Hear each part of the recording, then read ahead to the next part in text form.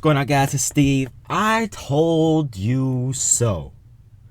This is not to everyone, but this is to everyone that disliked the video, called me stupid, said my opinion is stupid, I don't know anything about basketball, because I said the Chicago Bulls would be better than the Indiana Pacers. I literally sat there and said it against a lot of you guys that the Indiana Pacers are not a great team. They're not a great team. I sat there and told you that. I explained why, and everyone was saying, oh, how do they not have offense? They have Jeff Teague, Monte Ellis, Paul George, Big Al. Guys, the only person that can even score on that team consistently is Paul George. Monte Ellis is out of his prime, and he's not as consistent as he used to be. He's actually very inconsistent. Last year was one of his worst seasons ever. Then you bring up the notion, oh, we got Jeff Teague. Jeff Teague? The most overrated point guard in the NBA? You're excited for that? Explain this. Before the 2014-15 season, when the Atlanta Hawks actually played well, was Jeff Teague even relevant? I wonder why. People always hop on a bandwagon when a team succeeds. That's just the way it is. Once a team starts succeeding, oh, everyone hops on it. But me, I tell the truth. I told you guys this. Jeff Teague is overrated. Al Jefferson doesn't do anything for your team. The only bright side you guys have for your future is a young Miles Turner and a young Paul George. That's it. Miles Turner is not even a great offensive player. Yeah, I know he had 20 points last night. And don't think I didn't watch the game. I got League Pass. I watch almost every single game, almost every single night. Primarily my focus last night was, my New York Knicks, you know what I'm saying? We got the win. But back to the Pacers. They cannot compete with any, not even just great offense, a decent offensive team. They can't compete with them.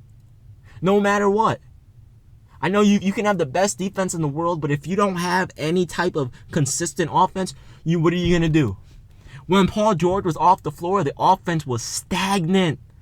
It was stagnant. And I think he only played like 25 minutes last night. He had 20 points, 1 rebound, and 1 assist. I wonder why. Because Jimmy Butler was locking him down. And don't even say, oh, they weren't even matched. They were matched up the majority of the game they were playing together. Jimmy Butler locked him down. Now, I'm not going to sit there and act like Jimmy Butler had a huge game because Paul George played really good defense on Butler as well. But I'll tell you this. The Chicago Bulls, just like I told you guys this before, are going to be one of the best teams in the NBA. My only concern was their backcourt shooting. I don't have concerns for that anymore. Did you see Doug McBuckets dropping 20? Doug McBuckets. His real name is Doug McDermott. Doug McBuckets was dropping 20. I think he had like 10 in the fourth quarter.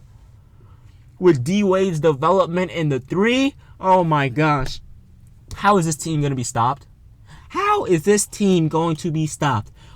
This is one of the best offensive teams in the NBA. You have Rajon Rondo, who's one of the best point guards in the world still. He's a facilitator, and he can play lockdown defense. You have Dwyane Wade, who's still one of the best players in the world on both ends of the court, no matter his age. The dude is averaging 22 right now. Actually, no. I think he's averaging 20 right now, but still. And then on top of that, he developed his three-point shot, so there's spacing now. You got Jimmy Butler, who can shoot, who can play lockdown defense. You got Mirotic, who can shoot the basketball and spread the floor. You got Doug McDermott coming off the bench. You got Isaiah Thomas. This Chicago Bulls team, just like I predicted, would be one of the best teams in the Eastern Conference. Everyone was saying, how are they going to be? They're new. They don't know how to play together. It's not about that, man. It's about a basic understanding of basketball. If your team is great on both ends of the floor, and you have consistent scorers in Jimmy Butler and Dwyane Wade, of course they're going to be a great team. It's the same thing with the Cavaliers. They have consistent scorers in Kyrie, K-Love, and LeBron. And on the defensive end, they're one of the best teams in the world. You know what I mean? And this is why I question the Golden State Warriors, because they have no front court and their defense is lacking. You have some bias. Look, you guys call me biased, saying I don't know what I'm talking about. You have some biased people saying things like this. You have biased people saying the Golden State Warriors are still one of the best defensive teams in the world, and then someone had the audacity to comment that Stephen Curry is one of the best defenders in the world on yesterday's video. He had the audacity to say Kevin Durant is a lockdown defender. He had the audacity I can't even speak. He had the audacity to say JaVale McGee was going to protect the rim. Didn't JaVale McGee get posterized by Jonathan Simmons? Come on, man. Like, you got, look, this is the thing, man. You guys think I'm biased because what I say is so different from everyone else. But if you really look and understand and really remember the things that I've been saying, I've been right this entire freaking time. I have been right this entire time except for one occasion. One occasion I was wrong. Well, two actually. I said the Cleveland Cavaliers probably won't be as good as they were last year. I was 100% wrong. The Cavaliers are better than they were last year, and they're the best team in the league. I said the San Antonio Spurs would not be great, and I also said Kawhi Leonard would not be great. I was wrong. The San Antonio Spurs, the Cleveland Cavaliers are two of the best teams in the NBA. I was completely wrong about that. No doubt about it. I was wrong. I'm not going to sit there and act like I wasn't. But if you look at the things that I said when I was talking about the Indiana Pacers, when I was talking about the Golden State Warriors, when I was talking about the Toronto Raptors, when I was talking about the Chicago Bulls, the Boston Celtics, when I was talking about the Houston Rockets, Oklahoma City Thunder, if you really look and pay attention, you would see that the majority of the things that I have been saying for the past several months leading up to this regular season were right. You would understand that the majority of the things I said were right, excluding the San Antonio Spurs and excluding the Cleveland Cavaliers.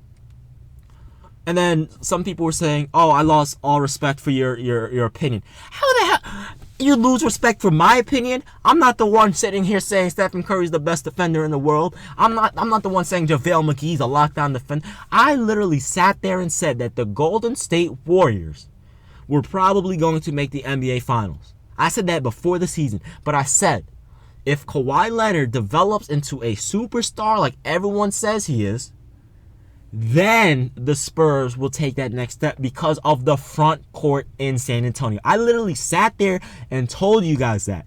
I literally sat there and said that. And was I not right? Kawhi Leonard taking this huge leap? Was I not right this whole time? You know what I mean? I think I was. You know, so when it comes down to that, I mean, come on. You know what I mean? That's like I don't know what to say to you guys. Not all. I'm not talking to all of you guys. I'm just talking to some of you guys. You know what I mean? So in terms of that, I don't understand how you could lose respect for my opinion when a lot of the stuff I was saying, yeah, of course I get some things wrong. Everyone gets things wrong. But a lot of the things I've been saying, and you guys cannot even lie about this, my videos are proof, have been correct. They've been correct. I know the season just started, but they've been correct. A lot of the things I've been saying have been correct. You know what I mean? So all of this, you don't know what you're talking about, this and this and that. I got proof to back up my opinions and things like that. I know what I'm talking about. I know a lot of you guys do as well. But all I'm saying is, you can't sit there and say my opinion is irrelevant and stupid when a lot of the things I've been saying were right. You know what I mean? I literally said the Chicago Bulls would probably be top 4 in seeding. I'm pretty sure I said that. Right? And then I said Indiana will probably finish around 5 or 6, maybe 7. Actually, I said 6 or 7. And I really think that. Because offensively, the Indiana Pacers are trash. They're great defensively with Miles Turner, Paul George. You know, Jeff Teague's a solid defender. I get that. We know this. Okay? We understand that the Indiana Pacers are great defensively. But on the offensive end, they're one of the worst teams in the NBA. When Paul George was off the floor last night, that offense was stagnant. It was embarrassing. It was embarrassing to watch. Not embarrassing for me. Well, yeah, I was embarrassed that I was even watching that. I was only watching that for Chicago. It was embarrassing for the Indiana Pacers fans. And I feel for you guys because I know what it's like, man. I know what it is like.